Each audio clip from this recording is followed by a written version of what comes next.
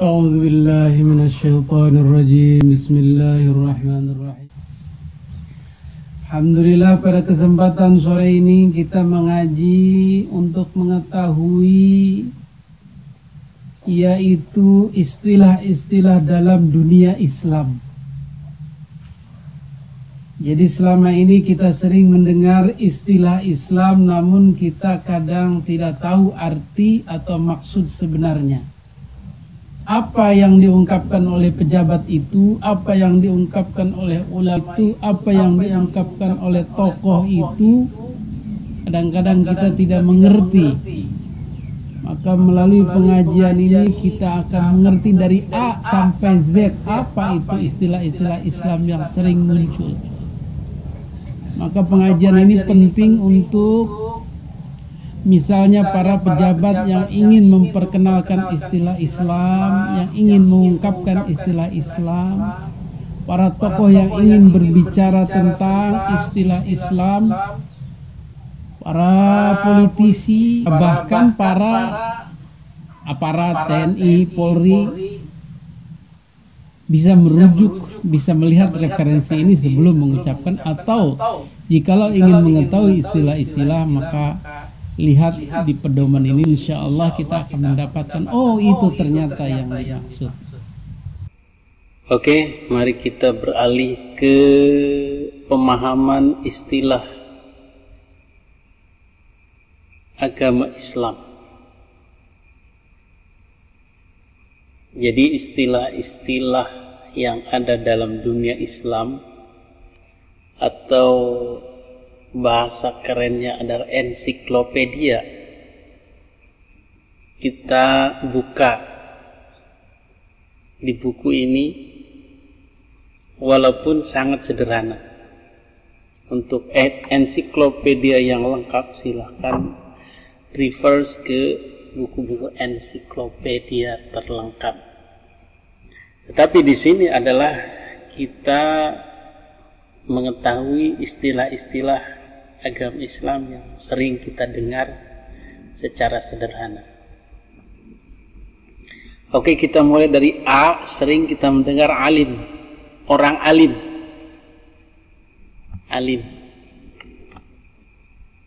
Alim dalam bahasa Indonesia ya. Kalau dalam bahasa Sunda alim itu tidak mau. Alim lain dengan bahasa Indonesia. Kalau dalam bahasa Indonesia alim, orang alim berarti dia adalah orang yang tahu, punya ilmu, terutama dalam ilmu agama. Orang alim. Dari kata asal katanya adalah alima.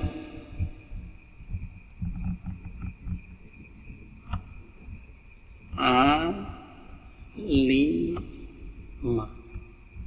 Fil madhi alima ya'lamu fil mudhari. Ini asal katanya ya. Ya'lamu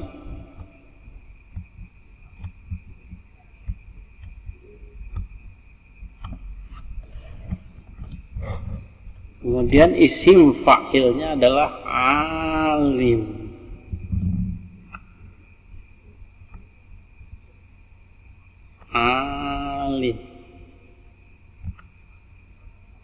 Alimun. Alimun artinya orang yang tahu. Alim itu orang yang tahu, orang yang mengetahui. Kemudian ada lagi penulisannya adalah alim. Nah, ini banyak pengetahuannya. Alim. Nah, ini banyak ilmunya, alim. Kalau ini tahu saja, orang yang tahu. Kalau ini banyak tahu. Alimun. Nah, maka jamaknya adalah Orang yang banyak tahu itu, orang-orang alim itu orangnya disebut ulama.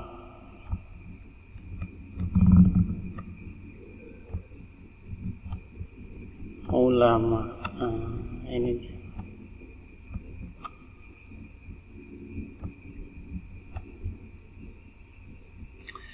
Ketika dinisbahkan atau diasosiasikan dengan Allah, maka dia menjadi alim, maha mengetahui. Jadi dia adalah termasuk sifat Allah, maha mengetahui. Innallaha bikulli syai'in alim. Sesungguhnya Allah terhadap segala sesuatu itu maha tahu,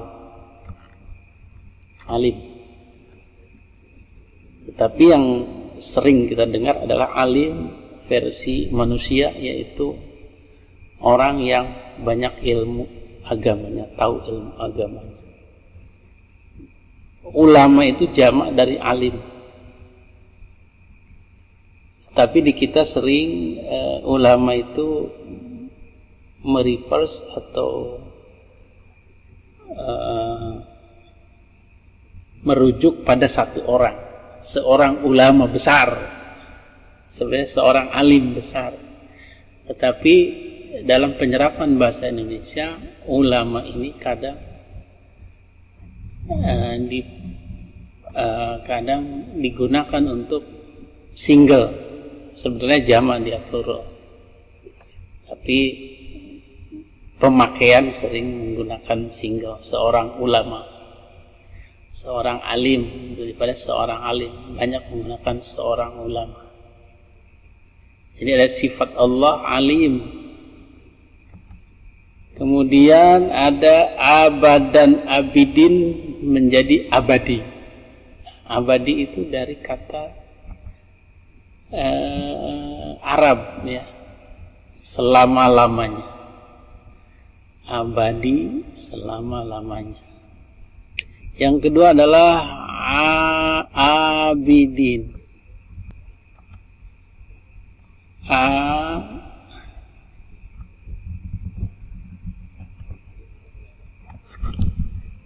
Abidin. Aduh, mouse-nya, mousepad. Abidin. Nah, ini menjadi abadi, ya. Abadi. Nah, ini dari Arab, selama-lamanya. Abadan abidin, sarmadan sarmidin. Biasanya pelesetannya begitu. Abidi, abadi, abidin. Bukan yang abidin ini, ya. Kalau abidin ini lain lagi, seperti Zainal Abidin ada lagi, bukan yang ini. Kalau ini penyembah, bukan selama-lamanya. Abidin yang ini lain, ya. Bukan yang ini, tapi pakai alif dia, abidi. Nah, bedanya di sini, pakai alifnya.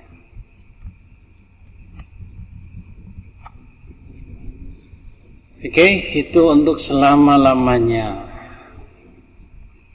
Kekal, abangan. Abangan itu adalah golongan Jawa, Muslim Jawa. Jadi dia penganut Islam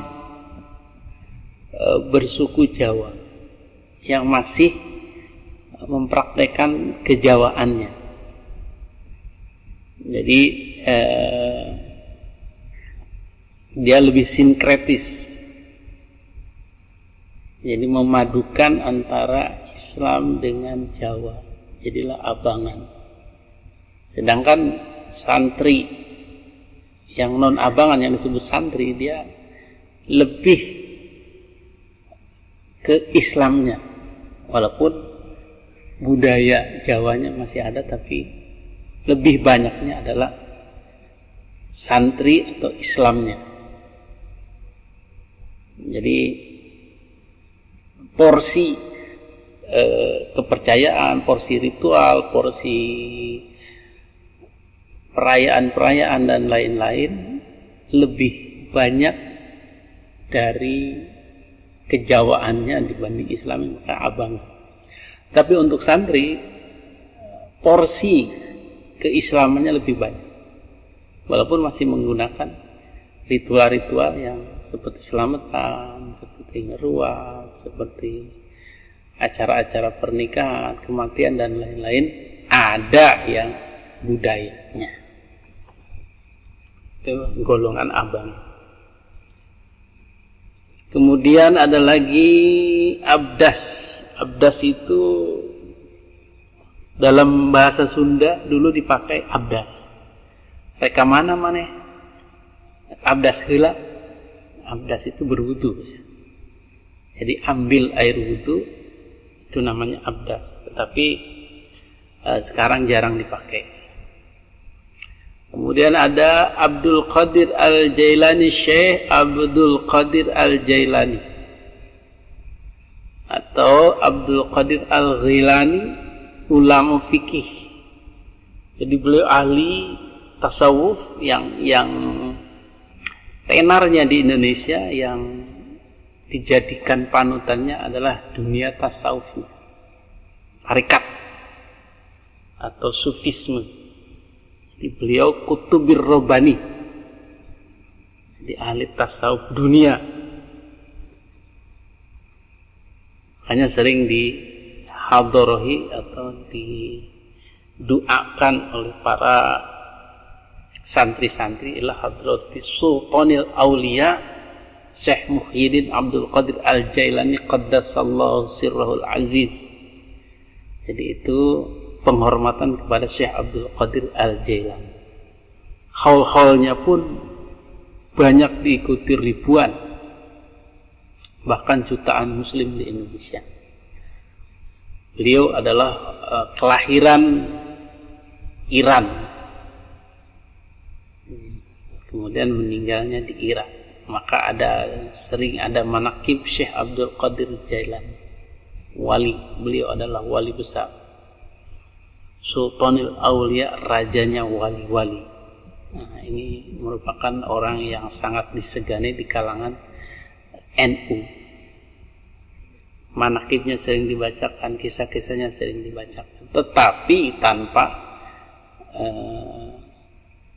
mendegradasi atau mengecilkan daripada kisah-kisah Kanjeng Nabi Muhammad SAW. Untuk Nabi Muhammad sendiri lebih tinggi lagi dengan adanya berjanji, dengan adanya asyraqo dan lain-lain.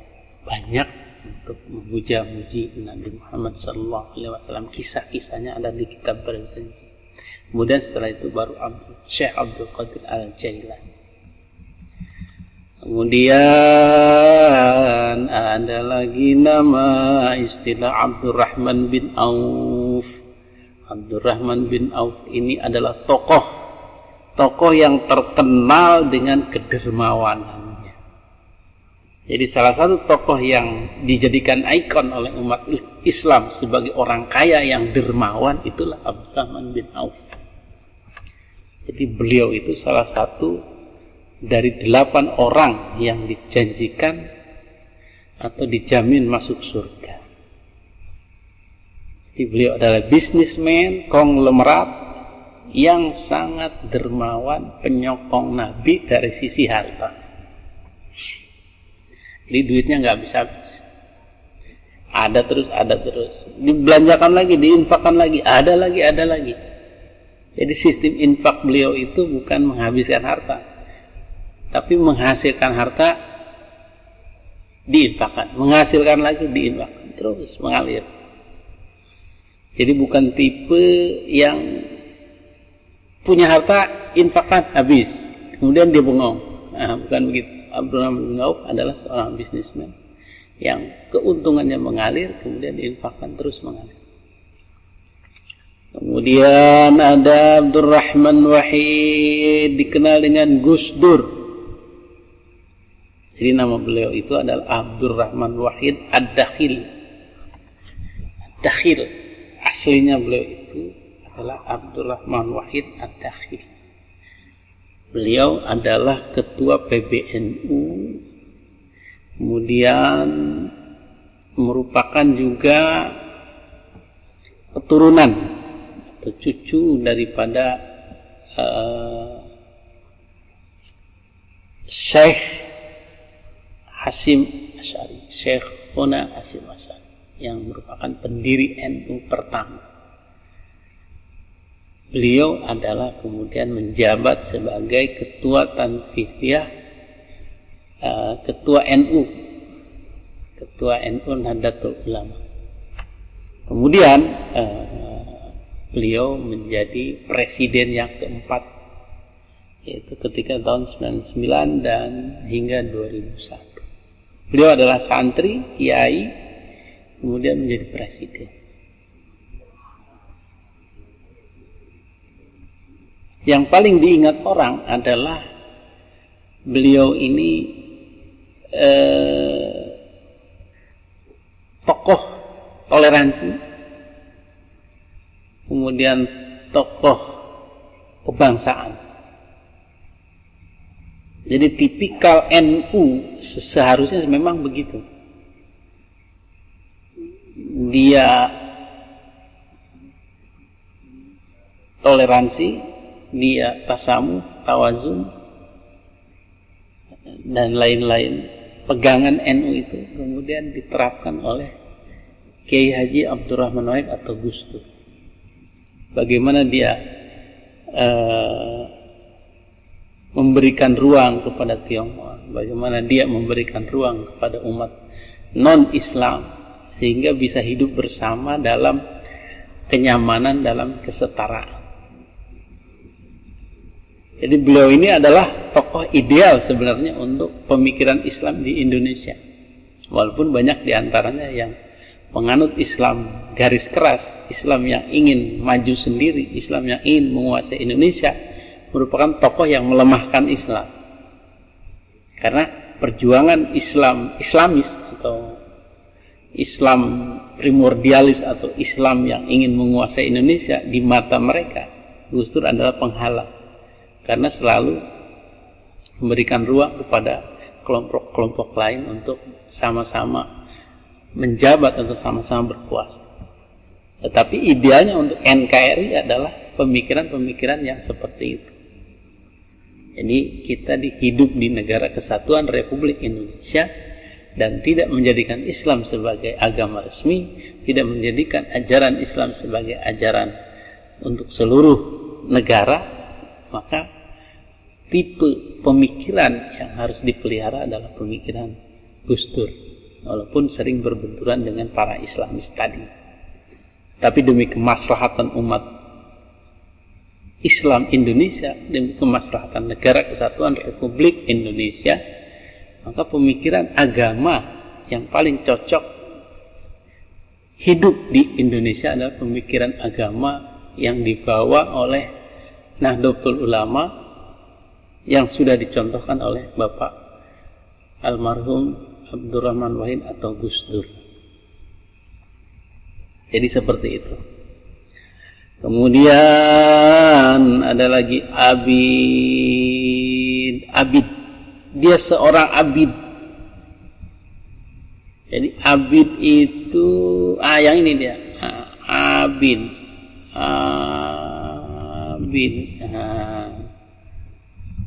Yang ini abid.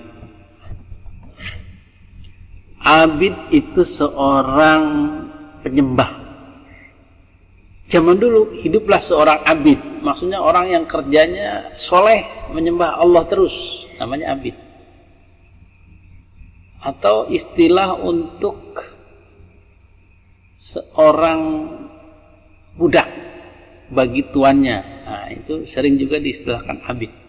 Seorang abid atau budak belian, itu bisa di antara abid yang penyembah Allah dengan penyembah atau pelayan manusia sering diistilahkan sama. Makanya Allah melalui Al-Quran sering memberikan perumpamaan bahwa manusia penyembah atau pelayan itu abid, pelayan Allah adalah abid, pelayan manusia abid. Jadi bagaimana seseorang kesetiaannya melayani dua majikan dengan melayani satu majikan, kesetiaannya bagaimana? Tentu saja lebih murni kesetiaan seorang abid yang melayani satu majikan. Jadi lebih konsentrasi, lebih setia, lebih loyal daripada mempunyai dua majikan. Ya, ini untuk memberikan perumpamaan dari Allah dalam Al-Quran kepada orang yang hanya menyembah satu Tuhan dan menyembah beberapa Tuhan. Oke, itu untuk abid. Kemudian ada lagi abidin. Nah, ini hanya penjamaannya saja. Jamak daripada abid itu satu orang. Kalau abidin itu orang banyak. Ada jamak, ada mufrad, ada jamak. Jamak muzakkar salim. Jadi kalau dalam bahasa Indonesia ada single atau plural, bahasa Inggris single sendiri atau plural jamak.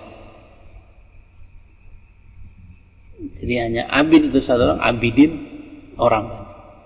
Zainal abidin berarti hiasannya orang-orang para penyembah Allah. Jadi hiasan. Salah satu perhiasan Zainal, Zainal abidin.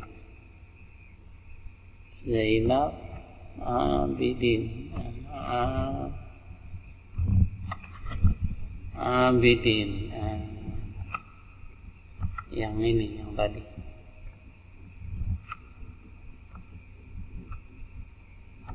Zainal abidin. Yang ini adalah hiasannya orang-orang soleh, orang-orang penyembah.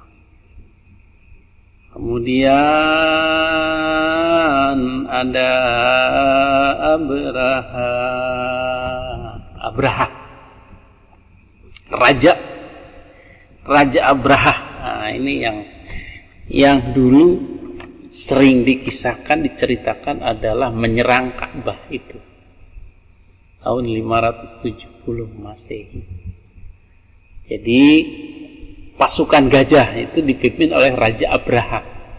Dia ingin menghancurkan Ka'bah, tetapi gagal karena pasukannya kocar-kacir, luluh lantak oleh burung ababi.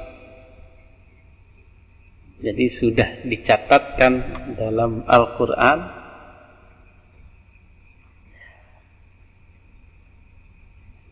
tentang Raja Abraha ini. Tarmihim bihijaratin min sijil faja'alahum ka'asfim ma'kul. Jadi dilempari, diserang pasukan gajah ini dengan batu-batu dari neraka, dari sijil. Faja'alahum ka'asfim ma'kul. Jadi menjadi kering mereka itu, menjadi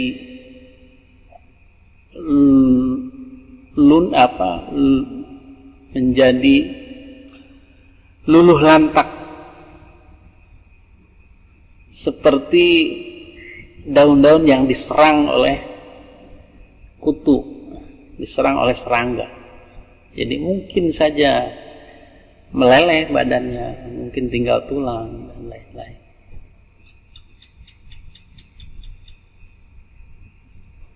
Ini Raja Abraha.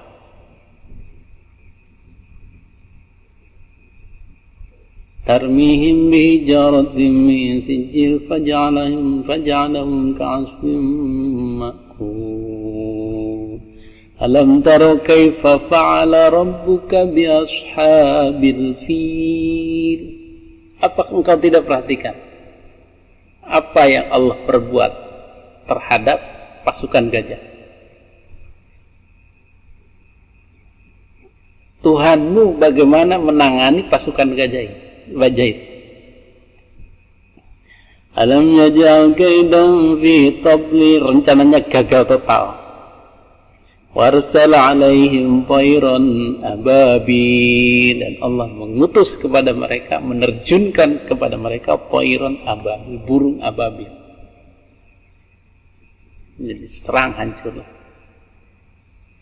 Nah, ini di bawahnya adalah ababil, nama burungnya ya, burung yang menyerang pasukan gajah tersebut sehingga luluh lantak seperti daun-daun yang dimangsa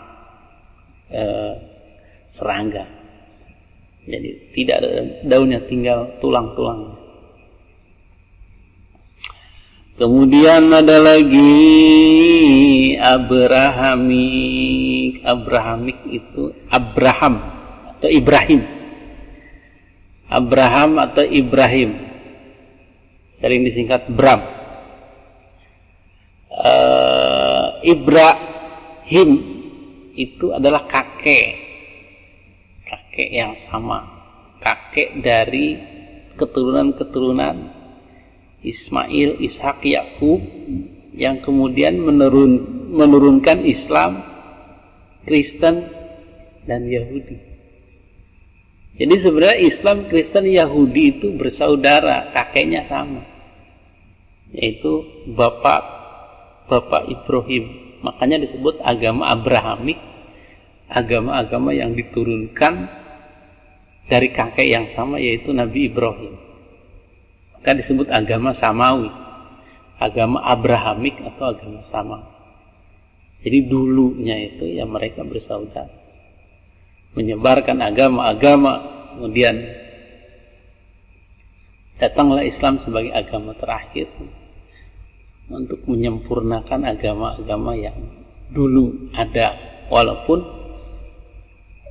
agama-agama yang tadi itu ya berjalan lagi, tidak masalah. Tetapi yang Islam banyak diantaranya juga yang menyempurnakan atau ajaran-ajaran yang ketauhidan yang mengoreksi daripada Yahudi dan Kristen. Jadi jadilah Islam. Tetapi masing-masing punya karakter sendiri dan punya ajaran-ajaran sendiri yang bisa berjalan sendiri-sendiri. Jadi antara tarik-menarik bisa saja terjadi antara Islam, Kristen, dan Yahudi. Bagaimana kepercayaan orangnya tersebut, keyakinan orangnya tersebut mau bertahan di yang mana, karena semua juga berasal dari kakek yang sama. Oke, untuk sementara kita cukupkan sampai Abrahamik ini. Jadi kita sudah banyak tahu tentang Abidin, Abadas, Abdul Qadir, Ajalin, Abdurrahman bin Auf, Abdurrahman Wahid, Abidin, Abrahah, Ababil, Abraham. Nah, itu untuk A saja lumayan. Kita sudah kuasai, insya Allah kita lebih tahu, lebih bisa mengungkapkannya lagi, dan tentu saja yang lebih penting lagi adalah menambah perbendaharaan pengetahuan kita tentang Islam. Demikian untuk pengetahuan agama Islam kali ini. Kita sambung nanti dengan Abu Bakar As-Siddiq, dan seterusnya. Diikuti kajiannya, diikuti YouTube-nya dengan baik. Insya Allah kita nambah lagi pengetahuan. Demikian. Assalamualaikum warahmatullahi wabarakatuh.